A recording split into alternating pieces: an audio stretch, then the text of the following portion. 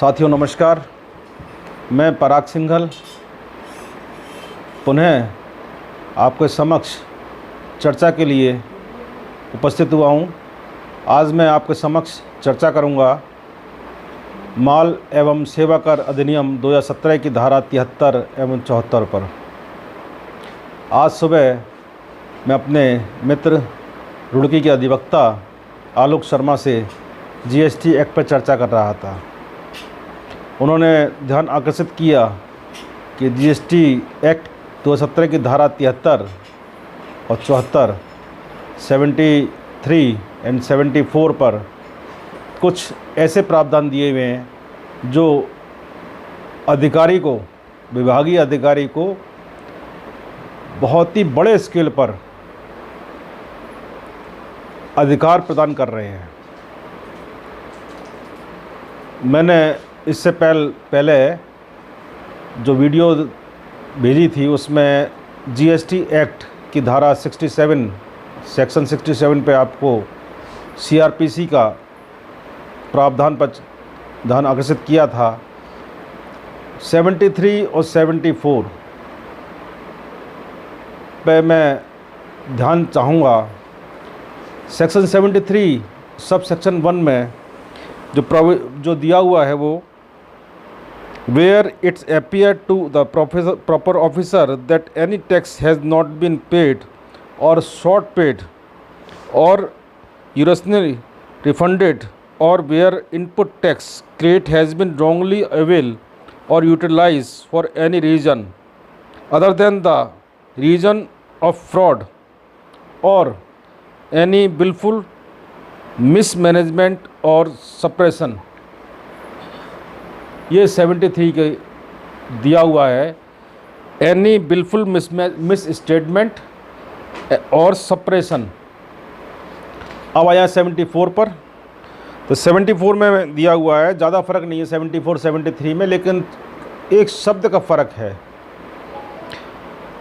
उसमें दिया है the where it's appear to the proper officer that any tax has not been paid और short paid और refunded, or where input tax credit has been wrongly able or utilized by reason of fraud, शब्दों में ध्यान दीजिए। इससे पूर्व एक webinar हुई थी, उसमें मेरे बड़े भाई सीए आर के अग्रवाल जो रामपुर में प्रैक्टिस करते हैं उन्होंने भी इस पर ध्यान आकर्षित किया था। तो ये दो बिलफुल मिसमैनेजमेंट और सप्रेशन और जो 74 में बाय रीजन ऑफ फ्रॉड, ये शब्द जो लिखे हुए हैं इसका अर्थ समझिए कि अधिकारी को, विभागीय अधिकारी को कितनी अधिकार मिल गए हैं। क्योंकि एक्ट में कहीं पे भी बिलफुल मिसमैनेजमेंट और सप्रेशन को परिभाषित नहीं किया गया है कि क्या है ये जो बिलफुल मिस स्टेटमेंट क्या है, कहाँ पे ये होगा, और सप्रेशन इसमें क्या क्या कर सकता है। 74 में by the reason of fraud, किस तरह का फ्रॉड, क्या अधिकारी मान ले ये फ्रॉड है तो फ्रॉड माना जाएगा।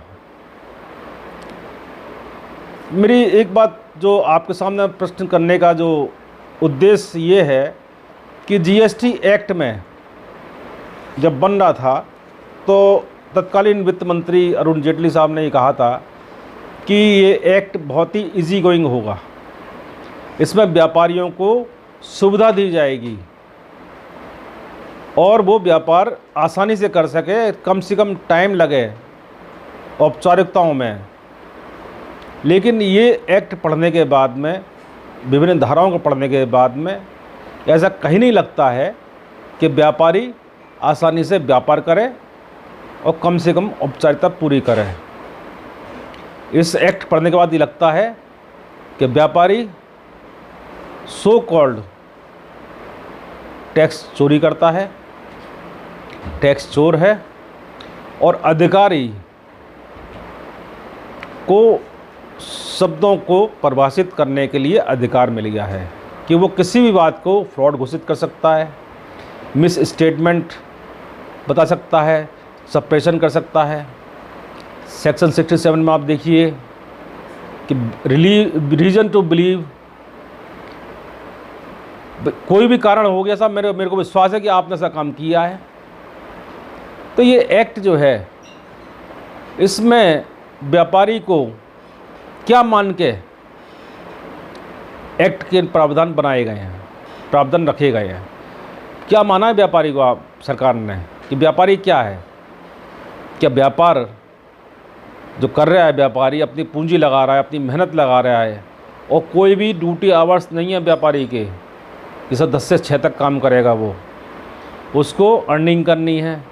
आप अर्निंग करिए, हमें टैक्स दीजिए, और फिर हम आपके जो व्यापार कर रहे हो, अकाउंट मेंटेन कर रहे हो, उस पे हम आपको रीज़न टू बिलीव लगाएंगे, फ्रॉड घोषित करेंगे, मिस स्टेटमेंट, सप्रेशन। ये जो एक्ट में जो प्रावधान दिए गए हैं, मैं बार बार कह रहा हूँ, बार बार प्रावधान जो दिए गए हैं, ये व्यापारी को क्या घोषित करना चाह रहे हैं। मैं अपने इस वीडियो के माध्यम से देश के तमाम व्यापारिक संगठनों का ध्यान आकर्षित करना चाहूँगा कि यदि इस व्यापारी को, करदाता को स्वयं को व्यापार करने के लिए स्वतंत्रता चाहिए, अपने को कर चोर घोषित नहीं करना है, नहीं करवाना है, तब व्यापारिक संगठनों को गंभीर होना पड़ेगा और व्यापारी संगठनों को जीएसटी एक्ट पे रिव्यू करना पड़ेगा, और उसके लिए सरकार को प्रस्तुतिकरण देना पड़ेगा कि भाई आप ये हमें क्या कहना चाहते हैं। इतने वाइड, इतने बड़े अधिकार विभागीय अधिकारी को क्यों दिए जा रहे हैं? आप हमसे टैक्स भी चाहते हैं और हमको जो है कानूनी प्रक्रियाओं में उलझा रहे हैं।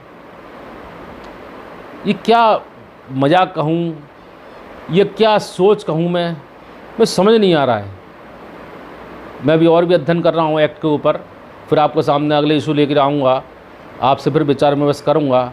लेकिन मेरा आपसे पुनः अपील है कि मेरी बात पर ध्यान दें और भविष्य सुरक्षित करना है, अपना व्यापार का भविष्य सुरक्षित करना है, कानूनी पेचीदों में नहीं पड़ना है, तो आपको ध्यान देना होगा, आपको जागृत होना पड़ेगा, जागरूक होना पड़ेगा। मैं व्यापारी संगठनों से पुनः अपील कर रहा हूँ, कृपया गंभीर हों, गंभीर हैं, लेकिन एक्ट पे अभी तक पूरी तरह अध्ययन नहीं कर पाए हैं।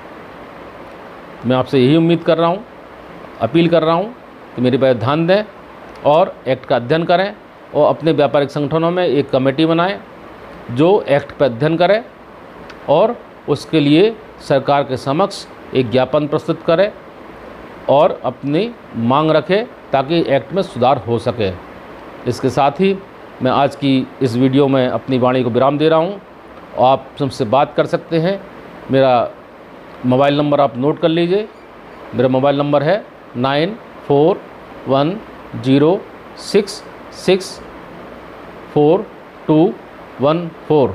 पन्ना नोट कर लें, 9441066414। इसके साथ ही साथियों, मैं पुनः आपके समक्ष उपस्थित होऊंगा एक नए विषय के साथ, नए विचार के साथ में, और इसी के साथ मैं आपसे अपील करूंगा कि मेरी इस वीडियो को अधिक से अधिक व्यापारिक संगठन में व्यापारियों को शेयर करें, लाइक करें और सब्सक्राइब करें, ताकि आपकी आवाज़, आपकी पीड़ा सरकार तक पहुंच सके। इसी अपील के साथ में आपसे विदा लेता हूं। नमस्कार। पराग सिंघल।